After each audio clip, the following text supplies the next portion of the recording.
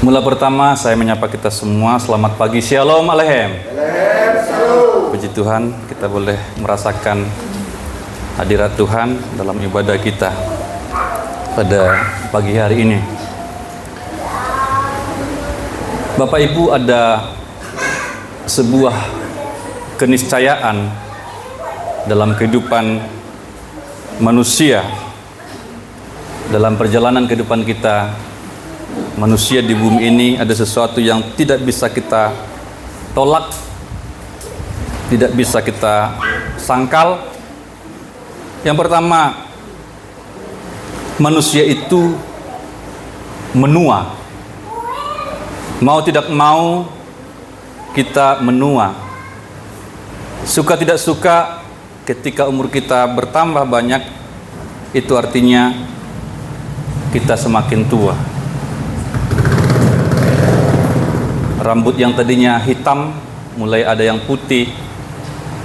Semakin tahun yang putih makin banyak. Dan kalau Tuhan izinkan lebih lama lagi hidup, malah terakhir uban semua. Itu adalah tanda-tanda penuaan. Kulit yang tadinya kencang mulai keriput, saudara. Amin ya. Kalau saudara lihat baby atau anak kecil itu kencang semua kulitnya ya, kayak galaksi itu kencang semua, manis sekali ya.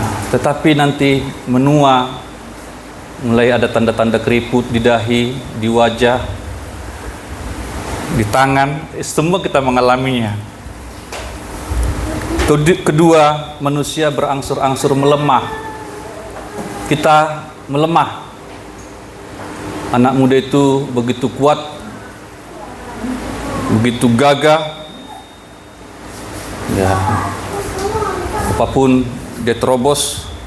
Tetapi di usia senja, manusia itu semakin lemah, gampang capek, dikit-dikit capek, dikit-dikit rebahan. Ya. Ketiga, manusia melambat. Waktu kita muda kita cepat, kita gesit, lompat sana, lompat ke sini, lari sana, lari kemari, cepat, maunya cepat-cepat semua. Tetapi orang tua itu semakin lambat dan semakin lamban. Kemudian yang keempat, manusia itu melupa. Manusia melupa. Waktu muda otaknya cerdas, tajam, pikirannya mengingat banyak hal, tetapi kalau sudah usia senja, banyak lupa. Orang tua itu mengulang-ulang cerita yang sama, bahkan dia suka lupa naruh barang di mana. Ada banyak cerita, orang tua cari kacamata. Hei, Hamuna, mana kacamataku? Dimarah-marahin semua. Itu Opung, di mata Opung kacamatanya. Oh, ternyata di matanya. Ya, itu bukan dibuat-buat, itu kenyataan. Itu realita usia tua. Kemudian Opung itu marah-marah satu rumah. Aidang mah kita, katanya kan. Padahal baru saja makan. Piringnya aja masih belum dicuci. Baru makan Opung, gitu ya. Saya saudara menghayati ini ketika Tuhan berikan kesempatan merawat orang tua saya ya. Saat ini sedang berada dalam kelemahan. Saya perhatikan, dan kalau Tuhan izinkan, saya berpikir saya pun akan mengalami yang sama. Kemarin hari itu kami berjemur, karena memang seminggu ini kami berjemur. Saya bawa orang tua saya berjemur, Bapak Gembala berjemur bersama Ibu Gembala. Dan saya lihat kuku-kukunya udah berantakan, udah pernah diperhatikan. Dan itu kali pertama Bapak Ibu saya bisa potong kuku. Ya, saya potong kuku kakinya. Nah, ketika saya pegang kakinya itu, saudara, udah banyak yang tebal-tebal, kulit-kulit yang tebal. Dan saya terenyuh, saudara. Oh, bapak saya udah begini ya. Inilah kaki bapak saya yang sudah dipakai kemana-mana, merantau kemana-mana. Bapak saya cerita dia pernah di hutan, lama di hutan. Kaki inilah yang jalan ke hutan. Kaki inilah yang berjalan kemana-mana. Kaki inilah yang termasuk ngapelin mama waktu muda. Kaki itulah yang dipakai dan sudah tua kaki itu, saudara. Dan saya terenyuh. Ternyata itulah realita kehidupan.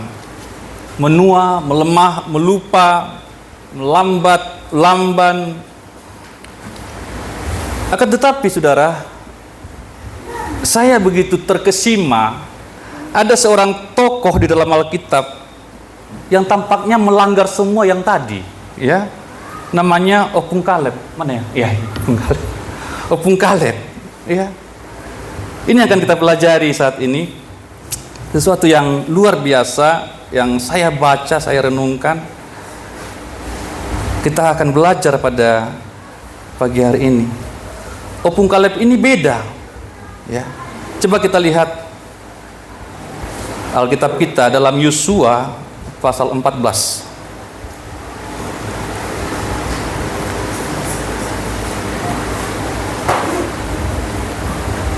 Ayat 6 mulai sampai ayat 15. Seperti luar biasanya kita akan baca secara responsoria. Saya bacakan pertama, saudara nanti menyahutnya untuk ayat berikutnya. Yosua pasal 14 ayat 6 mulai. Bani Yehuda datang menghadap Yosua di Gilgal. Pada waktu itu berkatalah Kaleb bin Yefune, orang Kenas itu, kepadanya, engkau tahu firman yang diucapkan Tuhan kepada Musa abdi Allah itu tentang aku dan tentang engkau di Kades Barnea. 7.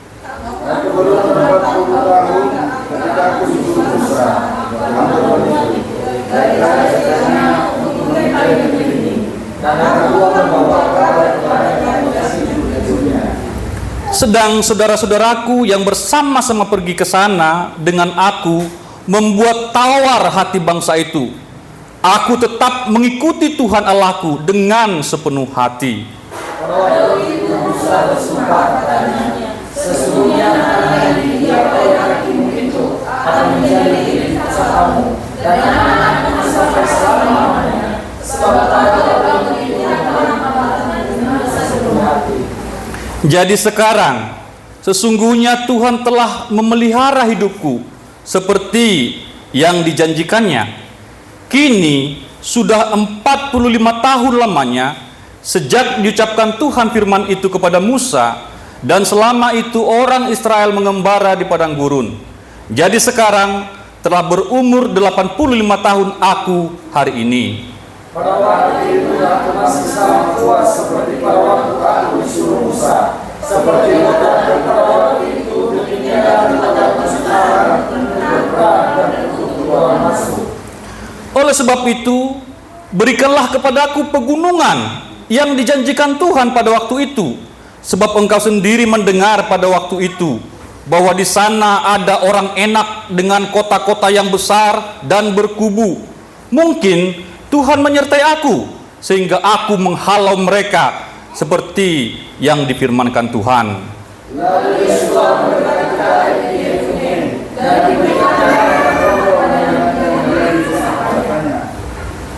itulah sebabnya Hebron menjadi milik pusaka Kaleb bin Yefune orang Kenas itu sampai sekarang ini, karena ia tetap mengikuti Tuhan Allah Israel dengan sepenuh hati.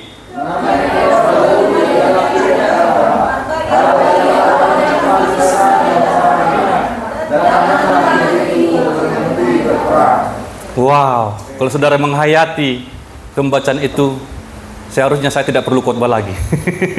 Ini luar biasa, saudara, ya. Tapi saya akan tetap khotbah karena saya bertugas, ya. Pertama kita lihat dulu konteksnya supaya kita bisa menangkap nanti poin-poin saya yang akan kita bawa pulang. Kaleb dan Yosua adalah satu generasi. Mereka berdua ini sohib, satu angkatan, mungkin seumuran juga. Tapi saudara, kalau baca kitab Perjanjian Lama, khususnya kitab Bilangan, ada sesuatu yang ironis sekali. Mengapa jumlah Israel yang berangkat dari Mesir menuju tanah Kanaan itu diperkirakan berkisar 2 juta orang. Bayangkan, 2 juta orang. Akan tetapi hanya 2 orang yang sampai ke Kanaan. Ya, orang 2 ini. Dari 2 juta orang yang berangkat dari Mesir, yang sampai ke Kanaan hanya 2 orang. Yang lainnya adalah anak-anak yang lahir di padang gurun. Jadi saudara, itu luar biasa ketika mereka berjalan di padang gurun selama 40 tahun. Ada juga ibu-ibu yang melahirkan di sana. Dan yang nyampe di tanah Kanaan adalah anak-anak yang lahir di padang gurun. Semua orang yang berangkat, 2 juta orang yang berangkat dari Mesir, semua mati di padang gurun. Mengapa mati? Karena mereka suka memberontak kepada Tuhan. Mengapa mati di padang gurun? Karena mereka suka melawan Tuhan, suka bersungut-sungut, suka ngomel, sehingga mereka dibunuh di padang gurun.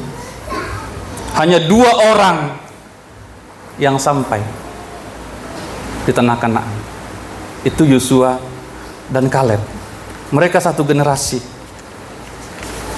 Ini menjadi pelajaran bagi kita saudara. Karena beberapa kali saya sampaikan di tempat ini, sebelum kita masuk surga, di dunia ini pun ada tanah Kanaan kita. Amin. Ada yang Tuhan janjikan sesuatu yang lebih baik daripada sekarang di depan sana. Tetapi antara tempat ini dengan Kanaan kita ada sebuah jarak. Ada padang gurun, ada sengsara, ada penderitaan yang mesti kita alami. Nah, bagaimana kita bersikap di tengah-tengah padang gurun kehidupan kita, dalam perjalanan rohani kita mengikut Tuhan, itu sangat menentukan. Kalau kita suka bersungut-sungut kepada Tuhan, suka mengomel, ya, suka memberontak, suka berkata saya lebih baik kembali ke dunia, saya lebih baik kembali ke Mesir. Itu yang terjadi pada bangsa Israel. Mereka ketika menghadapi masalah, lebih baik kembali ke Mesir. Padahal mereka tahu bahwa di Mesir mereka itu adalah budak. Di Mesir mereka tidak bisa melakukan sesuatu untuk masa depan mereka. Di Mesir mereka adalah orang-orang yang sangat diperas, pekerja rodi. Mereka tidak mungkin memikirkan nasib mereka sendiri. Tetapi ketika ada masalah di padang gurun, berulang kali mereka katakan lebih baik pulang ke Mesir, lebih baik pulang di perbudakan itu. Itu adalah kesalahan, dan Tuhan tidak tahan melihat hal itu. Beberapa saat ketika mereka keluar dari Mesir, kemudian ada 12 orang pemimpin yang diutus, termasuk Kaleb. Kaleb diutus oleh Musa mengintai tanah Kanaan di usia 40 tahun.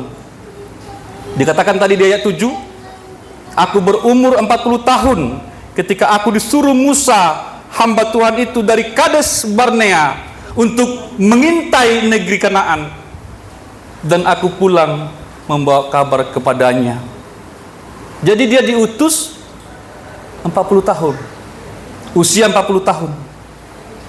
Dia menjadi pengintai untuk survei tempat itu, apakah yang dijanjikan Tuhan itu benar-benar seperti faktanya. Dan ternyata memang benar. Faktanya itu adalah mereka membawa hasil bumi dari sana. Anggur yang ranum, hasil bumi yang luar biasa. Artinya janji Tuhan itu adalah tepat. Janji Tuhan itu adalah benar. Di usia 40 tahun. Kemudian dikatakan bahwa pada saat Kaleb berbicara ini, usia Kaleb sudah 85. Ayat 10 sampai 11 coba sekali lagi. Hamba Tuhan Methodius, bantu saya. Demikian firman Tuhan. Jadi sekarang sesungguhnya Tuhan telah memelihara hidupku, seperti yang dijanjikannya. Kini sudah 45 tahun lamanya sejak diucapkan Tuhan firman itu kepada Musa. Dan selama itu orang Israel mengembara di padang gurun. Jadi sekarang telah berumur 85 tahun aku hari ini. Pada waktu ini aku masih sama kuat seperti pada waktu aku disuruh Musa. Seperti kekuatanku pada waktu itu, demikianlah kekuatanku sekarang untuk berperang dan untuk keluar masuk. Wah, ini yang luar biasa, saudara. 40 tahun dia diutus, dan 45 tahun dia sudah berjalan di padang gurun. Sekarang usianya 85 tahun. Dan dikatakan oleh Kaleb bahwa kekuatannya di usia 85 tahun sama dengan 40 tahun. Wah, ini luar biasa. Di usia ke-85 tahun kekuatannya masih seperti 40 tahun. Ini yang saya katakan tadi, Kaleb ini sepertinya melanggar apa yang saya sampaikan di awal. Manusia itu kan menua. Coba bayangkan 85 tahun. Tetapi dia katakan bahwa kekuatannya sekarang masih sama dengan 45 tahun yang lalu. Ini yang luar biasa, saudara. Dan kemudian pada usia 85 tahun Kaleb meminta pegunungan. Masih sanggup, saudara, meminta pegunungan. Pegunungan Hebron. Ayat 12. Ya, teruskan. Oleh sebab itu berikanlah kepadaku pegunungan yang dijanjikan Tuhan pada waktu itu. Sebab engkau sendiri mendengar pada waktu itu bahwa di sana ada orang enak dengan kota-kota yang besar dan berkubu. Mungkin Tuhan menyertai aku sehingga aku menghalau mereka seperti yang difirmankan Tuhan. Terus? Lalu Yosua memberkati Kaleb bin Yefune dan diberikannya lah Hebron kepadanya menjadi milik pusakanya. Terus? Itulah sebabnya Hebron menjadi milik pusaka Kaleb bin Yefune orang Kenas itu sampai sekarang ini, karena ia tetap mengikuti Tuhan Allah Israel dengan sepenuh hati. Nama Hebron dahulu ialah Kiryat Arba. Arba ialah orang yang paling besar di antara orang enak. Dan amanlah negeri itu berhenti berperang. Wow. Dia meminta pegunungan. Kalau istilah Bapak Gembala, di usia seperti ini dia masih merintis, mengariba, kata Bapak kita, Bapak Gembala. Meminta pegunungan, dan dia tahu di sana itu ada orang-orang raksasa. Dia meminta raksasa. Karena pada saat itu memang Tuhan sudah janjikan Kanaan, tetapi untuk memiliki Kanaan mereka masih harus berperang. Karena tanah itu adalah tanah milik orang Kanaan. Dan di Hebron dikatakan di sana adalah orang-orang yang paling besar. Ayat terakhir tadi, ayat 15, coba sekali lagi ayat 15. Nama Hebron dahulu ialah Kiryat Arba. Arba ialah orang yang paling besar di antara orang enak. Dan amanlah negeri itu berhenti berperang. Arba, saudara, dibabat dia, ditaklukkan dia semua. Bayangkan, saudara, raksasa, ya. Dari antara raksasa, ini paling raksasa lagi, Arba ini. Dia meminta itu, saya meminta raksasa itu. Saya minta pegunungan itu. Dan dia harus berperang untuk menduduki, untuk memiliki Hebron. Di usia 85 tahun. Berapa, saudara? 85 tahun. Masih berperang. Kira-kira Pak Tagal kalau Tuhan izinkan 85 tahun, kira-kira di mana, Pak? Awa udah gitu ya. Tapi ini masih gagah, saudara. Tadi Methodius semangat memimpin pujian. Coba 45 tahun lagi, apakah kamu masih semangat ini? Methodius? Coba rekam ini ya. 40 tahun dari sekarang, apa masih bisa begitu? Sekarang usiamu berapa? 22, berarti 62. Masih bisa sesemangat itu? Ini luar biasa, saudara. Saya percaya ini merupakan idaman dari setiap manusia. Ya, orang muda kuat, orang muda gesit, orang muda lincah, orang muda cepat itu wajar. Bahkan sebaliknya juga orang tua lambat, orang tua sudah pikun, lupa, itu juga wajar.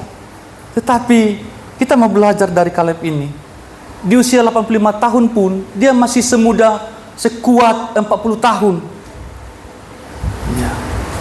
Saya yakin ini merupakan idaman setiap orang. Kita mau di usia tua pun kita tetap segar. Amin. Saya mau saudara, di usia tua pun saya tetap segar, saya tetap bugar, saya tetap bisa melayani Tuhan dengan gesit seperti di usia saya saat ini. Ya. Kaleb memiliki kekuatan yang luar biasa. Kaleb memiliki mentalitas yang luar biasa. Itu bukan hanya satu raksasa, saudara. Kita sudah belajar bagaimana Daud mengalahkan satu raksasa. Tapi ini keturunan raksasa. Jadi memang orang normal di sana itu raksasa. Bukan cuma satu dua orang. Orang normal itu raksasa. Itu harus ditaklukkan oleh Kaleb bin Yefune. Nah, pertanyaannya sekarang, ya, apa rahasianya? Ya kan? Rahasia tetap kuat di usia senja. Tetap kuat di usia senja. Rahasianya apa? Ini akan kita pelajari pada saat ini. Pertama, rahasianya adalah miliki integritas. Kita baca bersama-sama. 1, 2, 3. Miliki integritas. Miliki integritas. Ayat 7. Coba sekali lagi. Demikian kebenaran firman Tuhan. Aku berumur 40 tahun ketika aku disuruh Musa, hamba Tuhan itu, dari Kades Barnea untuk mengintai negeri ini, dan aku pulang membawa kabar kepadanya yang sejujur-jujurnya. Iya, saya ambil dari sana saudara, dari ayat itu. Sejujur-jujurnya. Mau tetap kuat di usia senja, di usia tua, miliki integritas. Jadilah manusia yang jujur. Amin saudara. Amin. Iya, ini rahasia kekuatan. Kaleb menekankan bahwa ia membawa laporan yang jujur pada saat itu kepada Musa, sesuai dengan apa yang dalam hatinya. Ia menunjukkan integritas di hadapan Tuhan dan kepada Musa. Berbeda dengan 10 pengintai yang lain yang membawa kabar busuk, membuat hati bangsa itu tawar hati, kecut. Mereka berteriak-teriak pada saat itu, mereka menangis, meraung-raung, oh matilah kami, matilah kami. Ayo Musa, bawalah kami kembali ke Mesir. Tetapi Kaleb mengatakan yang jujur. Dia tidak menyangkali fakta itu. Memang ada raksasa di sana. Benar ada raksasa di sana. Tetapi Tuhan akan berserta kita, kita pasti menang. Tetapi seringkali ketika kita menghadapi masalah, yang kita lihat itu hanya fakta, yang kita omongin itu hanya fakta. Oh besar sekali masalah ini, besar sekali. Lupa kita betapa besar Tuhan kita. Oh banyak sekali masalahku, silih berganti. Itu aja kita agung-agungkan terus masalah itu. Kita glorifikasi masalah kita. Kita muliakan masalah kita. Lupa kita memuliakan Tuhan yang besar itu, yang lebih besar daripada raksasa. Memang benar raksasa banyak di sana. Tetapi bukankah tanah Kanaan sudah janjikan oleh Tuhan kepada kita? Dan firman Tuhan adalah iya dan amin. Kalau Tuhan sudah janjikan Kanaan, maka Tuhan pasti menyertai kita untuk menang melawan orang Kanaan. Itu orang beriman saudara, amin. Orang beriman pintar mengagungkan Tuhan, amin. Tetapi orang yang tidak beriman pintar mengagungkan masalahnya. Mengagungkan masalah itu bukan orang beriman.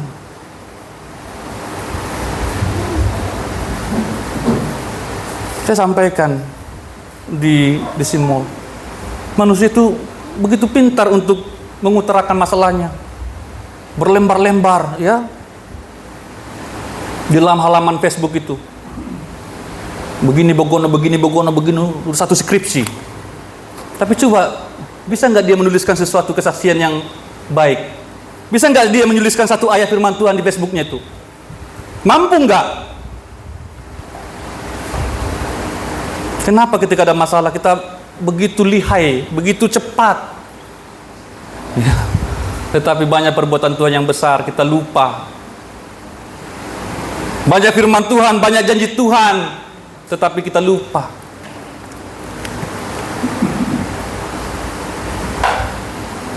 Itu kami pelajari dari Bapak Gembala. Pegang janji Tuhan, pegang janji Tuhan. Itu kami belajar, pegang janji Tuhan. Ya saudara, dia hidup sejujur-jujurnya. Kalau kita jujur saudara, kita akan plong. Amin ya. Tapi kalau kita suka menipu orang, ya, jangankan orang datang, bayangan kita pun mengejar kita, ya kan? Dikejar bayangan, kata orang ya.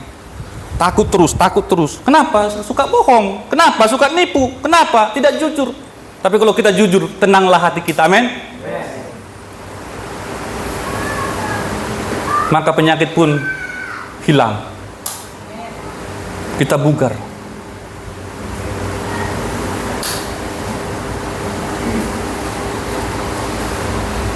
Kemarin ada sebuah chattingan diterima oleh Ayu Hana, ya, disampaikan ke saya. Itu sesuatu perbuatan yang tidak jujur, suatu fitnah. Apakah kamu yang berbuat ini?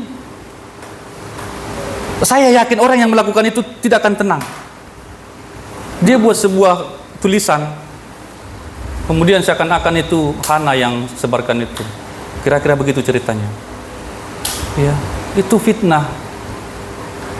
Yang suka memfitnah itu tidak akan tenang dalam hidupnya.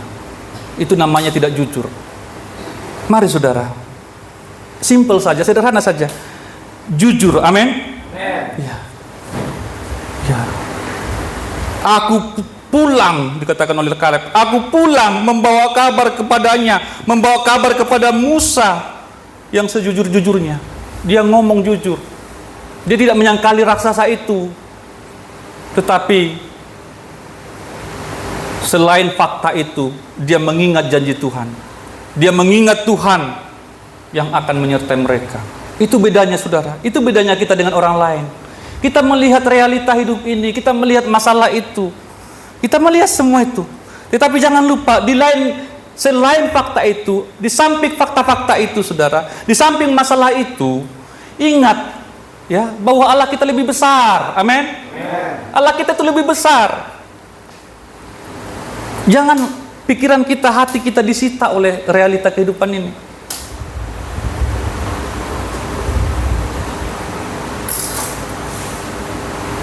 Orang benar hidup oleh iman, bukan oleh penglihatannya. Walk by faith, not by sight. Hidup oleh iman, berjalan dengan iman, oleh iman, bukan dengan penglihatannya. Apakah kita tidak melihat? Ya, melihat. Tetapi kita tahu dan kita punya iman yang teguh. Lebih daripada semua yang kita lihat ini, ada Tuhan yang besar, yang tidak kelihatan, yang mengambil kendali, yang bisa menolong kita, yang bisa menyertai kita untuk menaklukkan raksasa-raksasa kehidupan ini. Ya. Integritas, jujur. Ini yang sekarang makin susah, makin langka saudara. Tetapi saya berulang kali sampaikan, barang langka itu mahal. Justru karena semakin langka, kita semakin jujur, supaya kita semakin mahal. Amin saudara? Ya, dicari orang. Karena manusia sekarang banyak harta. Ada yang punya banyak harta, dia akan cari orang yang jujur untuk mempercayakan hartanya itu. Ya. Orang sekarang tidak percaya lagi kepada bank. Orang tidak percaya lagi kepada penyimpanan-penyimpanan, KUD-kah, koperasi kah, apakah, tidak percaya lagi. Jadi apa yang orang cari? Orang-orang kaya cari. Sekarang saudara banyak loh orang-orang tua yang punya banyak duit. Kita belum tahu aja kan? Ya, makanya kita harus menjadi manusia yang jujur supaya kita mendapat kepercayaan dari orang. Kaleb adalah manusia yang jujur, maka dia kuat. Yang kedua, saya cepat saja saudara, karena nanti ada acara juga di rumah, ada pungutan silaban, jadi saya cepat-cepat pungutan silaban ke rumah nanti untuk pertanyaan ya. Yang kedua, miliki loyalitas. Kita baca bersama-sama, 1, 2, 3. Miliki loyalitas. Iya. Mau tetap kuat di usia senja, miliki loyalitas. Iya. Coba ayat 8. Sedang saudara-saudaraku yang bersama-sama pergi ke sana dengan aku, membuat tawar hati bangsa itu, aku tetap mengikuti Tuhan Allahku dengan sepenuh hati. Pada waktu itu Musa bersumpah katanya, sesungguhnya tanah yang diinjak oleh kakimu itu akan menjadi milik pusakamu dan anak-anakmu sampai selama-lamanya, sebab engkau tetap mengikuti Tuhan Allahku dengan sepenuh hati. Iya. Kaleb tetap mengikuti Tuhan. Tetap mengikuti Tuhan. Sebenarnya ada 3 ayat di situ, tapi kita tidak bisa baca semua. Saya ambil dari sini, saudara. Kaleb tetap mengikuti Tuhan. Ini adalah makna loyalitas. Tetap mengikuti Tuhan. Setia. Amin, saudara. Setia. Dia tidak mengikuti Tuhan cuma sekali-sekali. Dia tidak mengikuti Tuhan hanya kalau ada moodnya. Dia tidak hanya mengikuti Tuhan ketika tidak ada masalah, tetapi tetap mengikuti Tuhan. Tetap mengikuti Tuhan, saudara. Tetap setia. Apapun yang terjadi, tetap setia. Ini kunci kuat, saudara. Tetap setia kepada Tuhan, tetap mengikuti Tuhan. Banyak orang yang bangga dengan sudah mengikuti Tuhan 1 bulan, sudah mengikuti Tuhan 1 tahun, sudah mengikuti Tuhan 10 tahun, sudah mengikuti Tuhan di waktu muda. Tetapi apakah tetap mengikuti Tuhan? Apakah tetap setia mengikuti Tuhan sampai usia senja seperti ini? Loyalitas. Ini menunjukkan dedikasi dan iman yang kuat. Kesetiaan Kaleb menyoroti keyakinan bahwa Tuhan pasti akan memenuhi janjinya, terlepas dari situasi yang tampaknya mustahil. Kalau kita tidak setia, maka kita pun tidak sampai kepada apa yang Tuhan janjikan, saudara. Itu masalahnya. Bangsa Israel 2 juta orang tidak setia kepada Tuhan. Itu artinya tidak tetap mengikuti Tuhan, suka bersungut-sungut kepada Tuhan, suka mengomel kepada Tuhan, suka memberontak kepada Tuhan, suka ingin kembali kepada dunia yang lama. Berarti tidak setia. Itu sebabnya mereka tidak sampai kepada apa yang Tuhan janjikan, tidak sampai ke Kanaan. Bahkan 12 orang pengintai merupakan puak-puak dari setiap suku, itu pun tidak sampai. Hanya 2 orang, sudah coba bayangkan. Itu yang saya katakan sebuah hal yang sangat ironis, yang sangat miris. Begitu banyak orang itu keluar dari Mesir, 2 juta orang, hanya 2 orang yang sampai, saudara.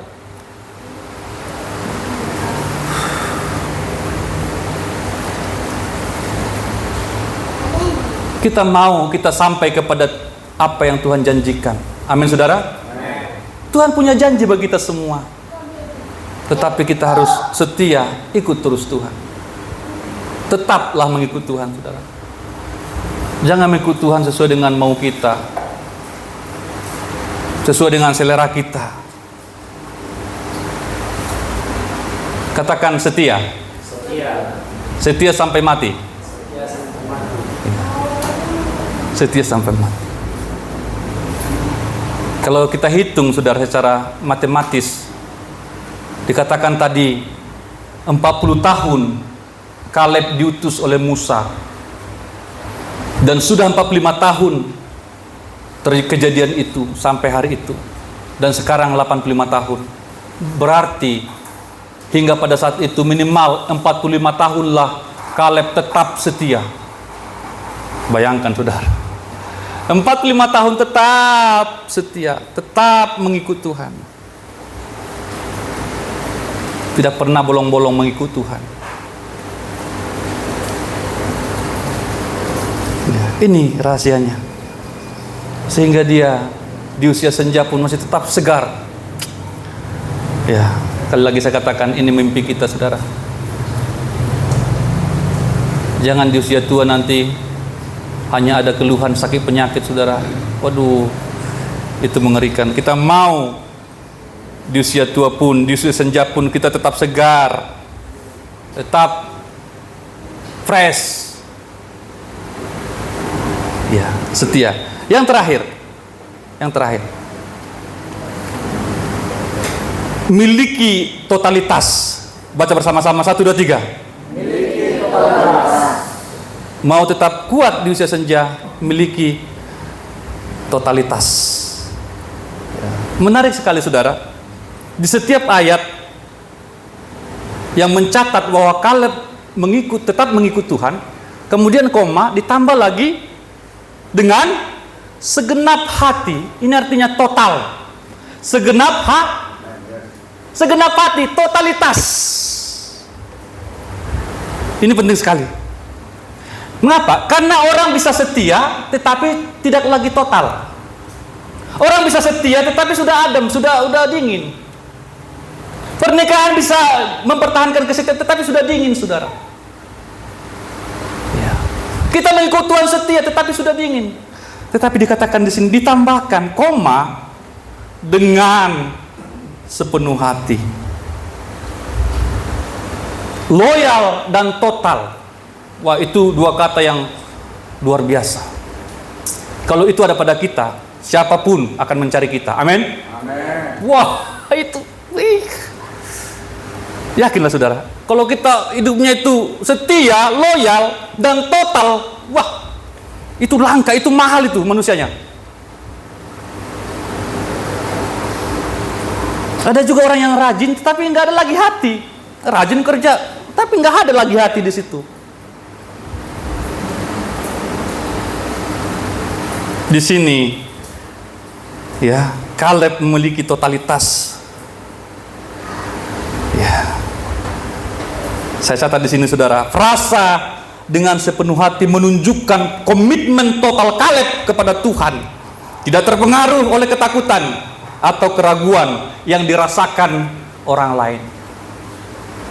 10 orang tadi, pengintai-pengintai, pemimpin-pemimpin itu ragu, takut, tetapi Kaleb tidak terpengaruh dengan keraguan orang lain.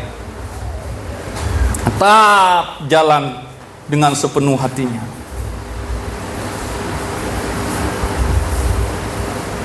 Kalau kita ditanya, apakah kita pengikut Kristus? Tentu kita jawab, yes, I do. Ya, saya pengikut Kristus. Tetapi kalau dilanjutkan pertanyaannya, ya, seberapa besar hati kita mengikut Tuhan? Ini pertanyaan yang lebih sukar untuk dijawab. Berapa hati kita mengikut Tuhan? Apakah seperempat hati? Apakah setengah hati? Atau tanpa hati? Ada juga orang yang beribadah hanya karena nggak enak. Ini nggak sepenuh hati nih. Masa beribadah karena nggak enak? Nggak enak sama orang lah, nggak enak sama pengurus lah, nggak enak sama Pak Gembala lah. Iya, kita harus mengikut Tuhan dengan enak, amin. Jangan mengikut Tuhan karena nggak enak dengan keluarga lah, nggak enak dengan tetangga. Masa nanti dibilang saya Kristen apalah, nggak enak dong dengan tetangga kalau saya nggak gereja. Gimana mau sepenuh hati nih? Mengikut Tuhan, bergereja, ibadah karena nggak enak aja. Mari saudara, sepenuh hatilah saudara, amin. Katakan sepenuh hati. Nggak ada orang yang suka setengah hati. Kalau Metodius memimpin pujian setengah hati, siapa yang suka? Tapi tahu nggak, orang perhatikan dia, ya, sampai tadi malam dia dibelikan handphone sama anak ini loh, karena orang lihat kan bagaimana dia melayani Tuhan. Orang digerakkan, saya pun tidak tahu. Dia diberkati. Ya. Kenapa? Karena sepenuh hati. Ada orang Kristen ikut Tuhan terus angkat tangan pun nggak mau. Angkat tangan untuk Tuhan pun nggak mau. Coba tanya dirimu saudara, kita beribadah ini saudara, ada pujian, ada doa, apa yang kita lakukan sepenuh hati? Ketika pujian dilantunkan, apakah kita sepenuh hati menyanyi? Ketika bertepuk tangan, apakah sepenuh hati bertepuk tangan? Ketika berdoa, apakah sepenuh hati berdoa? Ketika menyembah, apakah engkau sepenuh hati menyembah? Ketika kau mendengarkan firman Tuhan, apakah engkau sepenuh hati mendengar? Kapan kita sepenuh hati? Kapan kita sepenuh hati, saudara?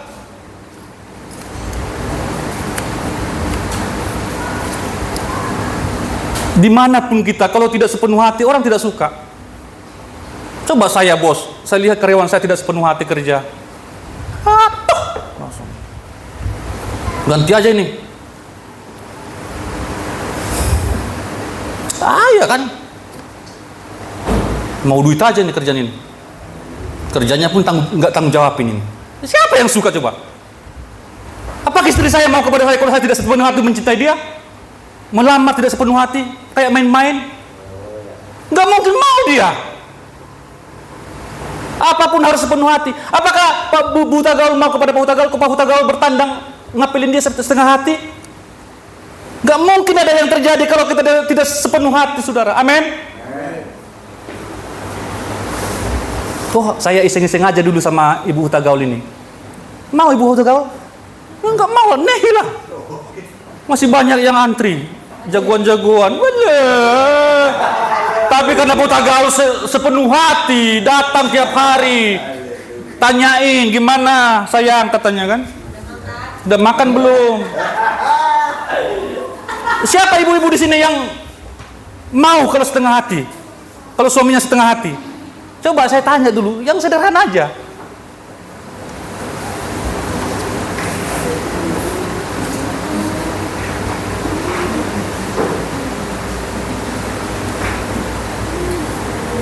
Yuhana bisa sesukses ini kalau setengah hati dengan bisnisnya? Waduh,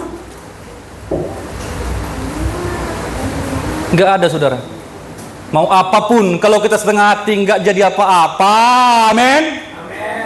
Kalau setengah hati tidak jadi apa-apa. Amin.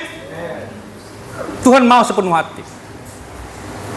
Lakukan semua dengan sepenuh hati. Kerja sepenuh hati, mencintai sepenuh hati, melayani sepenuh hati, belajar sepenuh hati, sekolah sepenuh hati, kuliah sepenuh hati. Kalau beriman sepenuh hati, kalau berharap kepada Tuhan sepenuh hati, mengandalkan Tuhan sepenuh hati, sepenuh hati, sepenuh hati, totalitas. Amin. Tuhan Yesus baik, sungguh amat baik. Emangnya Tuhan tidak melihat di atas sana? Kita mau berkat penuh, tetapi hati kita separuh untuk Tuhan. Bahkan tidak ada hati. Ngangkat tangan pun nggak mau, disuruh berdiri pun nggak mau.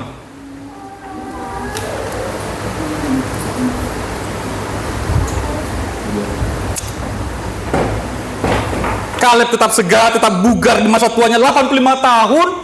Dia akan sepenuh hati total kepada Tuhan. Tanpa totalitas tidak ada kualitas. Apapun yang kau kerjakan tanpa totalitas tidak ada kualitas.